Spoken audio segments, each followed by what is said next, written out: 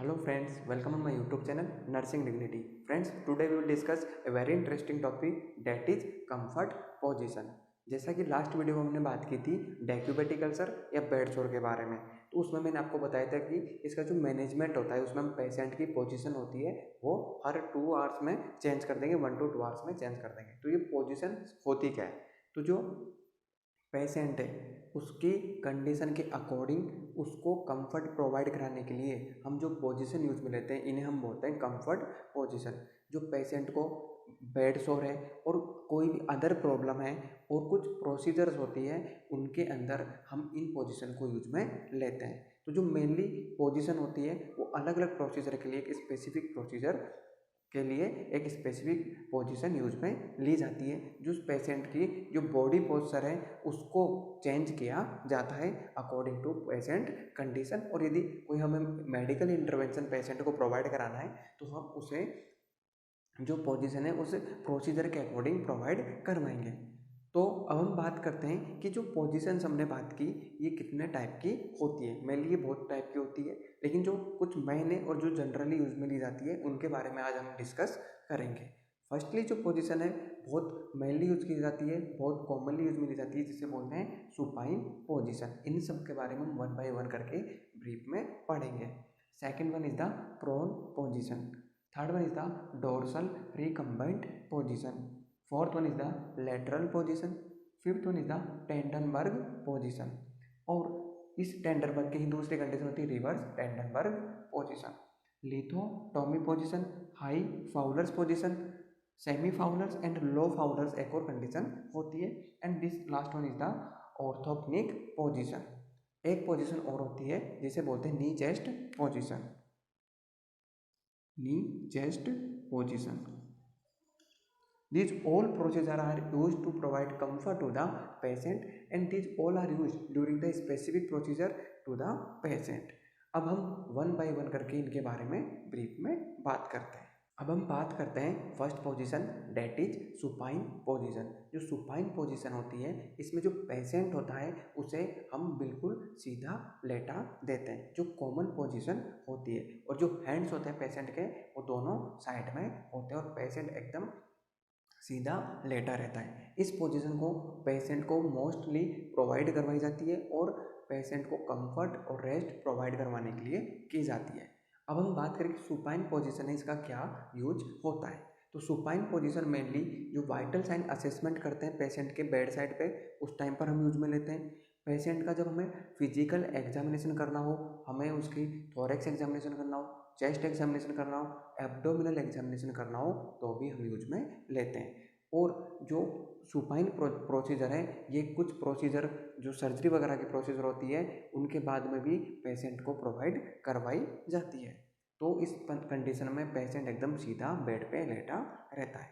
जो supine position है इसे हम अदर नेम से बोलते हैं डोर्सल पोजीशन। सुपाइन पोजीशन है इसका जो अदर नेम होता है वो होता है dorsal position. Second one is the prone position. It is just opposite to supine. Supine में पेशेंट को हमने सीधा लेटा रखा था, पेशेंट अपनी बैक पे लेटा हुआ था। But in the prone position patient lies on his chest. जो पेशेंट है वो उल्टा लेटा होता है, जिसके अंदर यदि कोई पेशेंट है। अब हम बात करते हैं कि जो प्रोन पोजीशन है, मैंने आपको इसमें बताया कि जो पेशेंट है वो उल्टा लेटा रहता है। आपको ऐसे याद करना है कि पेशेंट वो अपने चेस्ट पे लेटा रहता है बेड साइड पे। तो जो पेशेंट है उसको हम ये पोजीशन क्यों प्रोवाइड करवाते हैं? तो जो पेशेंट है यदि पेशेंट के कोई स्पाइनल कॉर्ड के अंदर इंजरी हो रखी है, जो स्पाइनल नर्व है वो डैमेज हो रखी है, या फिर कोई स्पाइनल सर्जरी हो रखी है तो हम इसे यूज में लेंगे। सेकेंड वन जो होता है कि जो हमें यदि जो स्पाइनल कॉर्ड एग्जामिनेशन करना हो, बैक एग्जामिनेशन करना हो, और यदि पेशेंट के जो कोकिक्स एरिया है, सैक्रम एरिया है और जो एक्रोमियन प्रोसेस है स्केपुला एरिया, यदि वहाँ पे बेड सोर डेवलप हो गए हो तो हम पेशेंट को प्रोन पोजीशन में कन्वर्ट कर देते हैं। तो ये थी इसके कुछ general usages. Third one position is the dorsal recumbent position.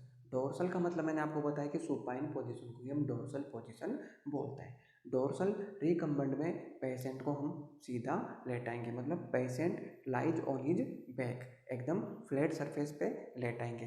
लेकिन जो पेशेंट के हिप है और जो नी है उन्हें हम स्लाइटली फ्लेक्स कर देंगे, जिससे जो पेशेंट है उसका जो बॉडी कर्वेचर है वो चेंज हो जाएगा और उसके जो लेग्स हैं वो फ्लेक्स्ड हो जाएंगे, जिससे जो एब्डोमिनल कैविटी है वहाँ पे प्रेशर डिक्रीज हो जाएगा। अब हम बात करते हैं कि जो डोर्सल रिकम्बेंट पोजीशन है हम यूज में किन किन केसेज के अंदर लेते हैं। तो मेनली ये जो पर वेजाइनल एग्जामिनेशन होता है, गायनेकोलॉजी के अंदर जो एग्जामिनेशन होते हैं, गायनेकोलॉजिकल एग्जामिनेशन में पर वेजाइनल एग्जामिनेशन के अंदर इसे यूज में लिया जाता है। और फीमेल्स के अंदर कैथेटराइजेशन करने के लिए जो फोलिज कैथेटराइजेशन करते हैं उसमें हम इसे यूज में लेते हैं, जिसे बोलते हैं हम dorsal recumbent position. Next one is the lateral position. Lateral position के अंदर पेशेंट है जो अपनी जो लेटरल सरफेस है उस पर लेटा होता है। पेशेंट जो होता है वो अपने या तो राइट हो सकता है या लेफ्ट हो सकता है, इसे हम साइड पोजीशन भी बोल सकते हैं। तो जो लेटरल पोजीशन है इसमें पेशेंट वो लेटरली होगा, मतलब एक साइड या तो राइट साइड में हो सकता है लेटा हुआ या लेफ्ट साइड में हो सकता है। और जो पेशेंट है उसकी जो वन लेग है वो जो हिप एरिया है वहाँ से भी फ्लेक्स्ड होती है और जो नी है वहाँ से भी फ्लेक्स्ड होती है और पेशेंट एकदम कंफर्टली लाइज होता है।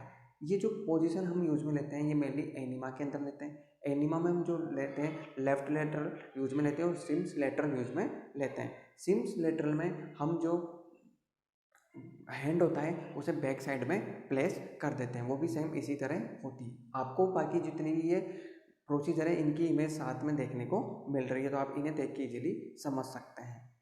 जो नेक्स्ट पोजीशन है वो है टेंडनबर्ग पोजीशन। ये बहुत इंपॉर्टेंट है, इसे आप समझिए।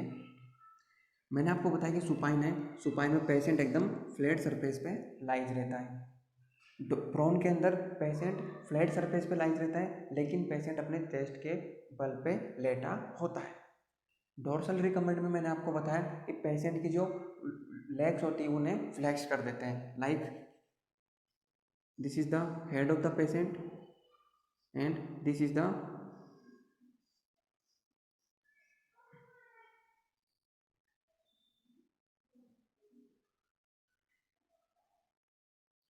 पेशेंट की जो हिप है और जो नी है उन्हें हम फ्लेक्स कर देते हैं। इस पोजीशन को हम बोलते हैं डोर्सल रिकम्बेंट पोजीशन। टेंडनबर्ग पोजीशन के अंदर पेशेंट का जो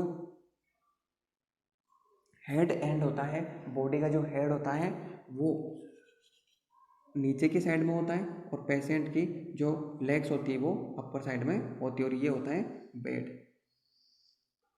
ये पोजीशन हम पेशेंट को प्रोवाइड कराते हैं। ये हेड एंड हो गया, head and this is the foot and. अब जो टेंडनबर्ग पोजीशन है वो पेशेंट को हम किन किन कंडीशन में प्रोवाइड कराए जाते हैं, इसके यूजेज क्या है इनके बारे में बात करते हैं। जो टेंडनबर्ग पोजीशन है ये कुछ ऐसी स्पेसिफिक कंडीशन होती है, लाइक पेशेंट शॉक में है। यदि पेशेंट में हाइपोवोलेमिक शॉक हो चुका है तो हम ये पोजीशन प्रोवाइड करवाएंगे। हाइपोटेंशन, बॉडी के अंदर हाइपोटेंशन मतलब जो ब्लड प्रेशर है वो लो हो चुका है। और जो गायनेकोलॉजिकल कंडीशन होती है कॉर्ड प्रोलेप्स, जिसमें जो कॉर्ड होती है अम्बिलिकल कॉर्ड वो वेजाइना के थ्रू बाहर निकल जाती है। इस कंडीशन में भी हम पेशेंट को टेंडनबर्ग पोजीशन प्रोवाइड करवाते हैं। इसके बाद में जो नेक्स्ट है टेंडनबर्ग में ही reverse Trendelenburg, as the name indicating reverse. इसी कंडीशन को हम रिवर्स कर देंगे। पेशेंट का जो हेड एंड होता है अब वो चेंज हो जाएगा। पेशेंट अब हेड एंड ऊपर की तरफ, मतलब पेशेंट का जो सिर है हेड है उसे ऊपर कर देंगे और जो उसके लेग्स हैं उन्हें नीचे कर देंगे। This is the head end of the patient and this is the foot end of the patient. ये कंडीशन हम जो कुछ स्पेसिफिक कंडीशन होती है उसमें यूज में लेते हैं इस पोजीशन को। लाइक यदि पेशेंट के अंदर आईसीपी इंक्रीज हो रहा है, इंट्रा क्रेनियल प्रेशर इंक्रीज हो रहा है, तो उस कंडीशन में हम इसे यूज में लेते हैं। तो इसे बोलते हैं हम reverse Trendelenburg position. Next one is the lithotomy position. जो लिथोटॉमी पोजीशन होती है मेनली एक गायनेकोलॉजिकल प्रोसीजर होती है। इसमें जो पेशेंट है उसे सुपाइन की तरह लेटाएंगे, लेकिन जो पेशेंट का लेग से जो लोअर एक्सट्रीमिटी है उनमें जो हिप है उसे हम स्लाइटली एक्सटेंड कर देंगे और जो नीज है उन्हें हम ऊपर कर देंगे और वो सपोर्ट प्रोवाइड कराते हुए वहाँ पे रहते हैं। इसके आप इमेज देखेंगे तो आपको बहुत अच्छी तरह से समझ में आ जाएगा। तो इसमें जो पेशेंट है उसके जो नीज है उन्हें सपोर्ट प्रोवाइड करा दिया जाता है और उन्हें एक्सटेंड कर दिया जाता है, और नीज जो होते हैं वो फ्लेक्स होते हैं और दोनों जो लेग्स होते हैं उन्हें एक्सटेंड कर देते हैं। ये मेनली गायनेकोलॉजिकल प्रोसीजर में यूज में लिया जाता है। Next one is the Fowler's position. Fowler's position में पेशेंट का जो हेड एंड है उसे हम थोड़ा स्लाइटली अबव कर देते हैं। ये 3 तरह का होता है, high Fowler's, semi Fowler's and third one is the low Fowler's. High Fowler's के अंदर पेशेंट का जो हेड एंड है उसे 90 डिग्री तक हम ऊपर कर देते हैं। तो दिस इज द बेड, और ये जो पेशेंट है इसका जो यह है हेड एंड और पेशेंट के लेग्स, इसे हम 90 डिग्री तक कर देते हैं ऊपर। जो head end of the bed होता है उसे 90 डिग्री तक अबव कर देते हैं। इस कंडीशन को बोलते हैं हम हाई फाउलर्स पोजीशन। इसके यूजेज की बात करें तो मेनली जो ट्यूब फीडिंग की प्रोसीजर होती है उसमें जो ट्यूब को हम इंट्रोड्यूस करते हैं बॉडी के अंदर उस टाइम यूज में ली जाती है। सेकेंड वन इज कोई भी रेस्पिरेटरी प्रॉब्लम्स हैं उस समय हम पेशेंट को ये कंडीशन प्रोवाइड कराते हैं, लाइक अस्थमा हो गया, न्यूमोनिया हो गया, एम्फाइसीमा, इन सभी कंडीशन में ये पोजीशन पेशेंट को प्रोवाइड करवाई जाती है। Second one is the semi Fowler's. High Fowler's में जो ये डिग्री बनी थी बेड के और पेशेंट के हेड एंड के बीच में थी 90 डिग्री। अब पेशेंट का हेड हम इतना ऊपर नहीं करेंगे, इसे ओनली 45 डिग्री के एंगल तक ही हम इसे ऊपर करते हैं, एलिवेट करते हैं। तो नाउ जो पेशेंट का हेड एंड है उसे हम ओनली 45 डिग्री के ऊपर ही एलिवेट करते हैं। ये कंडीशन होती है, इसे बोलते हैं सेमी फाउलर्स पोजीशन। इसका भी सेम यूज है। जो रेस्पिरेटरी प्रॉब्लम्स हैं उन्हें हम रिलीव करने के लिए पेशेंट को प्रोवाइड करवाते हैं। लो फाउलर्स के अंदर जो head end of the bed होता है उसे ओनली 30 डिग्री तक ही हम एलिवेट करते हैं।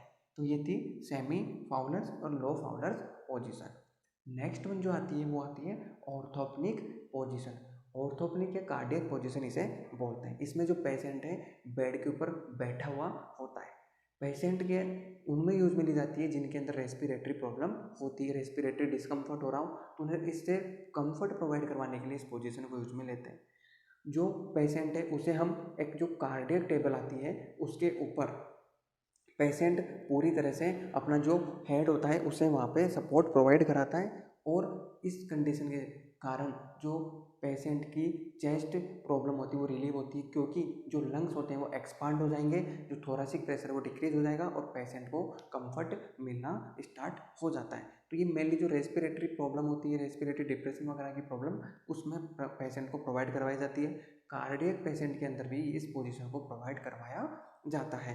पेशेंट को पेन वगैरह हो रहा हो तो उसे रिलीव करने के लिए इस पोजीशन को यूज में लिया जाता है, जिसे बोलते हैं orthopneic position. Next one is the knee chest. इस कंडीशन के अंदर पेशेंट को हम नी चेस्ट मतलब पेशेंट जो बेड के ऊपर टिका होता है वो अपनी नी और चेस्ट के ऊपर टिका होता है। मतलब जो पेशेंट है ये बेड के ऊपर होगा, तो जो पेशेंट है this is the bed, patient है ये इसका हेड एंड है और ये पेशेंट की बैक है, और पेशेंट इस कंडीशन में बेड पे लेटा होता है। This is the head end of the patient, this is the back of the patient and this is the knee of the patient, और ये चेस्ट एरिया हो गया पेशेंट का। तो नी जो पेशेंट का है वो बेड से सपोर्ट कर रहा है, और जो हेड एंड है और चेस्ट है वो पेशेंट से सपोर्ट कर रहा है, इसलिए पोजीशन को हम यूज में लेते हैं और बोलते हैं नी चेस्ट पोजीशन। ये प्रोसीजर होती है रेक्टल एग्जामिनेशन के टाइम पे, कोई रेक्टल प्रोसीजर यूज करने के टाइम पे यूज में ली जाती है। हेमरेज वगैरह इनकी कंडीशन हो जाती है तो इनका एग्जामिनेशन करने के लिए हम इसे मेनली यूज में लेते हैं। तो ये थी कुछ जनरल पोजीशंस जो हम क्लिनिकल प्रैक्टिस में यूज में लेते हैं। आई होप आपको ये जो मैंने वीडियो बनाया है उसमें समझ में आ गया होगा। इनके बारे में मैंने इनके कुछ मेन जो यूजेस थे वो बताए थे, इन्हें और भी प्रोसीजर के अंदर यूज में लेते हैं, लेकिन हम जैसे जैसे कोई प्रोसीजर डिस्कस करेंगे वहाँ पर इन पर्टिकुलर पोजीशन को देखेंगे तो ये और भी इजीली समझ में आ जाएगी। इसी के साथ आज का जो हमारा वीडियो है पोजीशन ये कंप्लीट होता है। यदि आपको वीडियो अच्छा लगा तो वीडियो को लाइक कीजिएगा। आपके कोई भी सजेशन है कमेंट बॉक्स में सजेस्ट कीजिएगा और हमसे जुड़े रहने के लिए चैनल को सब्सक्राइब कीजिएगा। Thank you.